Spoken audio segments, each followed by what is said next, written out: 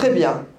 Les compagnons vont s'interdire et interdire pendant des années aux musulmans de mettre par écrit la sunna. Parce qu'il y avait des raisons.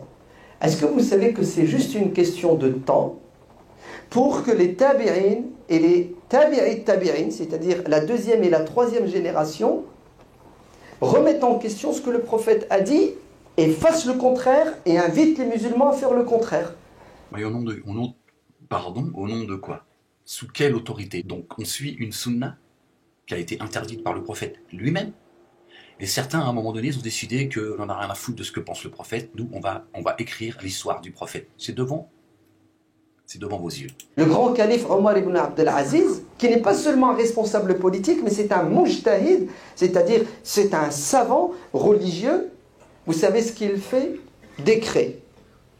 Il ordonne aux savants musulmans de mettre par écrit la sunna du prophète. C'est-à-dire ce que le prophète a interdit, à un moment donné pour des raisons sensées, devient maintenant halal et obligatoire. Et tous les savants vont se mettre au travail et mettre par écrit la sunna. Pourquoi? Parce que le Coran est consigné.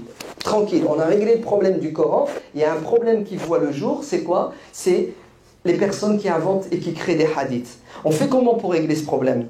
On reste sur le hadith du prophète. Ne mettez pas par écrit ma sunna. Mais si on reste sur la lettre de ce que le prophète a dit, ben aujourd'hui, on n'aurait pas de sunna. Alors, voilà, tout est dit dans cette phrase. Tout est dit dans cette phrase. La sunna, elle existe parce que nous avons désobéi au prophète. Allahu Akbar. Tout seul, il se tire une balle dans le crâne. Tout seul. Ils disent, voilà, si nous n'avions pas désobéi au prophète, il n'y aurait pas de sunna aujourd'hui. Voilà ce qu'on nous explique. Vous êtes en train de suivre, de suivre une sunna en désobéissant à la sunna elle-même, c'est-à-dire celle du prophète, qui vous interdit d'écrire son histoire. On est chez les fous, en fait. Donc, vous voyez bien que quand le prophète nous donne un moyen pour atteindre un objectif, si jamais le moyen est contre-productif, on change ou on ne change pas le moyen? On le change. Ils font ce qu'ils veulent, en fait. Ils font ce qu'ils veulent. C'est la décision, là, il n'y a pas besoin d'avoir fait Azhar. C'est une question, il vous dit, nous avons désobéi au commandement du prophète, d'accord? Et nous avons décidé à un moment donné de l'histoire, d'accord? Nous, c'est-à-dire les humains, à un moment donné, ils ont dit, il faut que nous écrivions l'histoire du prophète. Sinon, ça va être compliqué pour pouvoir suivre, pour aller vers la guidance, parce que ce sont leurs écoles qui apprennent la religion à Dieu et qui vous expliquent comment faire pour monter jusqu'aux 7 cieux. C'est génial ce qu'ils sont en train de dire de leur propre bouche. Le prophète, il a pensé, il a réfléchi, il a dit, je fais comment pour préserver le Coran de toute forme d'altération? Je fais comment? Il a fait un ijtihad. Je vais interdire aux musulmans de mettre par écrit ce que je fais, ce que je dis. C'est leur interprétation. Ils disent que le prophète, à ce moment-là, il a pensé que comment faire pour protéger le Coran? Comment faire pour protéger le Coran? Il nous incombe sa conservation. Verset 9 du chapitre 15. Allahu Akbar. Subhanallah. C'est nous qui avons fait descendre le livre. Il nous incombe sa conservation. Donc le prophète, il était ignare à ce point pour ne pas savoir ce qui est écrit dans le livre alors qu'il est censé l'expliquer. Il n'a pas lu le verset 9 du chapitre 15 où Dieu l'a dit, le livre là, de rappel. Il m'incombe sa conservation. Le Coran n'en parle pas, il est visible, il est dans l'invisible.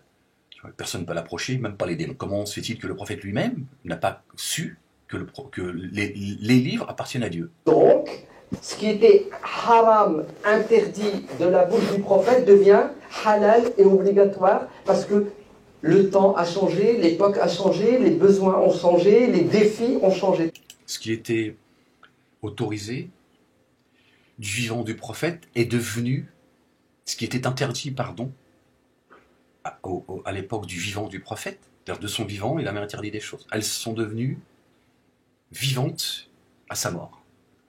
Elles sont devenues non seulement halal, et obligatoires. Ils t'imposent une sunna que eux ils ont décidé d'écrire. D'accord?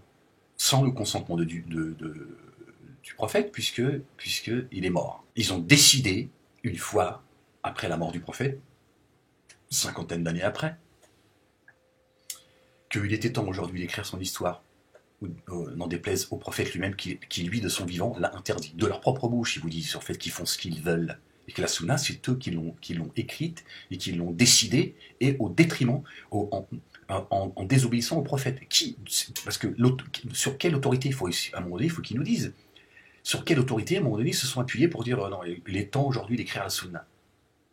Je veux dire, le minimum, c'est que vous posiez la question et que vous demandiez, tu es en train de jouer ton éternité quand même. Je veux dire, tu files ton âme comme ça aux mosquées aveuglément, c'est ce qu'on a tous fait. Je ne suis pas en train de te jeter la pierre. J'ai passé toute une vie dans cette secte musulmaniste qui disent tout et n'importe quoi.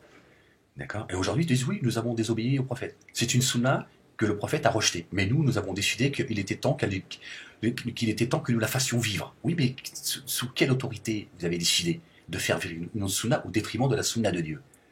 Qui a décidé? Donc ça, c'est bien que vous puissiez aujourd'hui, en tout cas, l'entendre cela. Entendre cela. Que vous êtes dans la désobéissance. Et que ce sont des gens qui ont dit il faut faire vivre la sunna du prophète. Sur quelle autorité?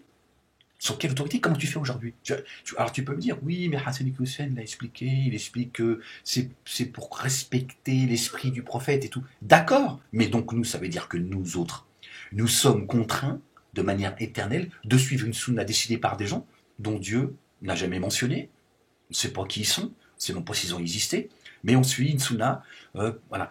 Donc on suit le néant, on suit des gens aveuglément, sans rechigner, sans demander d'explications, voilà, comme ça. On va dans les abîmes, ils nous emmènent dans les abîmes, ils nous disent allez, venez dans les flammes de l'enfer, et nous on y va, la bouche ouverte. Donc nous suivons aujourd'hui une sunna qui a été décidée par des gens après la mort du prophète. Est-ce que toi, le sunnite, tu trouves ça normal? Est-ce que tu trouves normal qu'il y ait des gens qui à un moment donné, ils ont décidé de l'avenir éternel des croyants et des croyantes? Est-ce que tu trouves ça normal?